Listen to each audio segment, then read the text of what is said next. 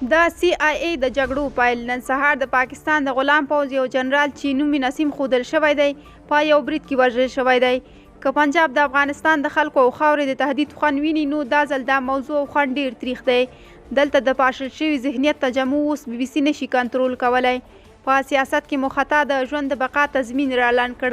دا هر څه د یو کمزوري هیواد د مفکورې زیږنده ده. غني د نړۍ ټول قدرتونه په ګونډو کړل نو تاسو یې هم په مقتدیانو کې حساب کړی یاست. په 2008 میلادي کال کې مې د واشنګټن پوسټ یوه مقاله لوستله. د مقالې لیکوال لیکلي و چې په 2025 کې به پاکستان منحل کیږي. نو موږ اوس هغه تعبیر وینو.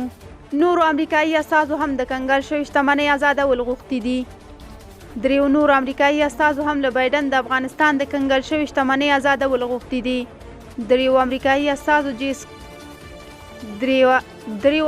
استازو جیس کرو، تام مالینوفسکی او پیټر مایجر په یو ګډ لیک کې د امریکا له حکومت غوښتي چې ژر تر ژره د افغانانو د کنګل شوې شتمنۍ ستره برخه ازاده کړي.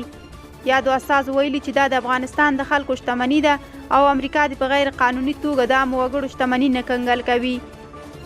د استازو په خبر امریکا هغه پیسې کنګل کړي چې د افغانستان د خلکو سره د مرستو او عامه خدمات لپاره ځانګړې شوي وي. نو خبوي چې ژر تر ژره یې آزادې کړي.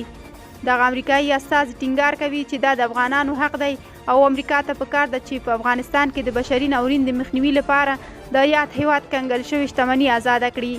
تر دې وړاندې د برني سندرز په ګډون ګڼ نورو امریکایي استازو هم د افغانانو د کنګل شوې شتمنۍ د آزادولو غوښتنه کړې وه.